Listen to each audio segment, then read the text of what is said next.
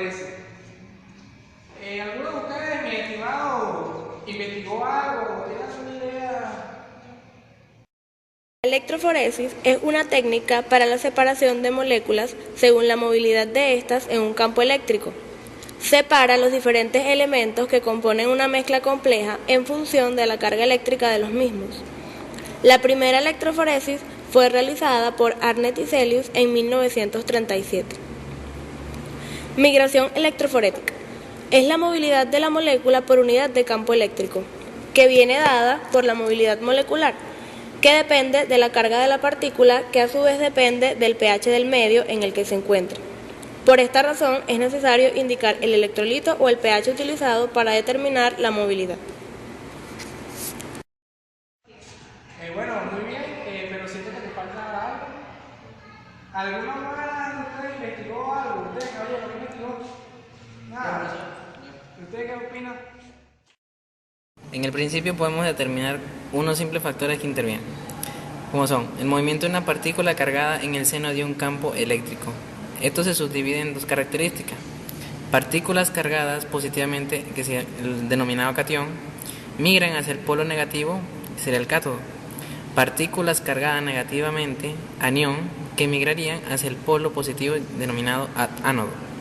La fuerza F que ejerce el campo eléctrico sobre la partícula cargada es proporcional a la carga Q de la partícula y al voltaje en el campo eléctrico aplicado. Otro principio que interviene es el de las dos fuerzas que equilibran cuando la partícula comienza a migrar y hace que alcance una velocidad constante. Esta migración de lo que genera una velocidad constante es denominada como movilidad electroforética y se expresa con el símbolo de micro. Movilidad electroforética es la constante de proporcionalidad entre la velocidad del ion y la fuerza del campo eléctrico. La movilidad es proporcional a la carga del ion e inversamente proporcional al coeficiente de fricción. En moléculas de tamaño parecido, el valor la movilidad aumenta con la carga. Los factores que afectan la migración de las partículas son: potencial del campo eléctrico, que a medida que el voltaje aumente o disminuye, genere una atracción de la partícula. Otro, tamaño y forma de la partícula.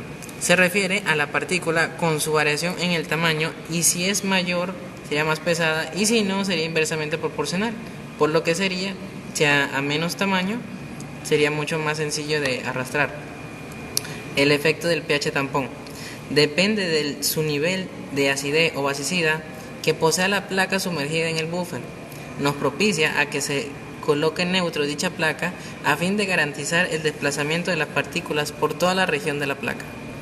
Carga neta de la partícula. Influye mucho de acuerdo a la carga de la partícula, porque al esta no ser cero o neutra, afecta en el aumento o disminución el desplazamiento de las partículas.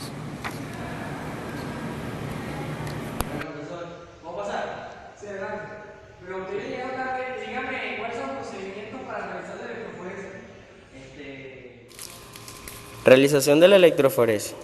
En cuanto a esta, tenemos que existen 6 pasos a seguir. El primer paso es la preparación de la muestra, para la cual debemos tener en cuenta la carga eléctrica de la misma, que sea neutra. El siguiente paso a seguir es la selección y la preparación del soporte. Tenemos 2 tipos de soporte, el no restrictivo y el restrictivo. Entre los no restrictivos tenemos el papel, el acetato de celulosa y la garosa. Y los restrictivos tenemos los geles de almidón y los geles de poliacrilamida. El siguiente paso a seguir es la aplicación de la muestra, lo cual se realiza sobre la superficie de un soporte por el cual se va a desplazar la partícula. Luego tenemos el proceso electroforético, que es la aplicación de la instrumentación en la cubeta para que por medio de ella se desplace la carga eléctrica o el voltaje a aplicar. Bueno, ya el compañero Torres nos habló sobre los procesos. ¿Usted tiene algo más que contar sobre eso? Otro de los pasos de la electroforesis es el revelado y la lectura de evaluación. La lectura y evaluación se divide en elusión y densitometría.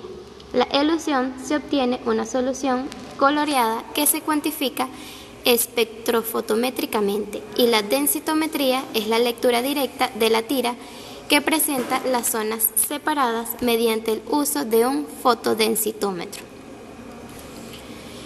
Por otra parte, tenemos las técnicas electroforéticas. Entre ellas se encuentra la electroforesis en papel. El papel fue el primer soporte empleado en la electroforesis. Terminando con lo que dice la compañera Torrealba sobre la técnica, también tenemos otro tipo de técnicas. Las aplicaciones clínicas. La electroforesis puede ser empleada en separación de los siguientes compuestos, como lo son aminoácidos, proteínas séricas, lipoproteínas, glucoproteínas, ácidos nucleicos, hemoglobinas, isoenzimas e inmunoglobulinas. La aplicación de la electroforesis sería el fraccionamiento de las hemoglobinas, diferenciación de la hemoglobina fetal, diagnóstico de talasemias, anemias falciformes y etc. Tenemos por separación de proteínas, proteínas urinarias, lipoproteínas, ácidos nucleicos, enzimas, inmunoelectroforesis, etc. Bueno muchachos, esto ha sido todo por hoy, la clase ya ha terminado. Saquen su hoja para presentar el examen y el que me responda esta pregunta tiene un punto más en el quiz. ¿Cuál fue el último animal creado? No sé. Bueno, el último animal creado fue el delfín. Ahí no reímos.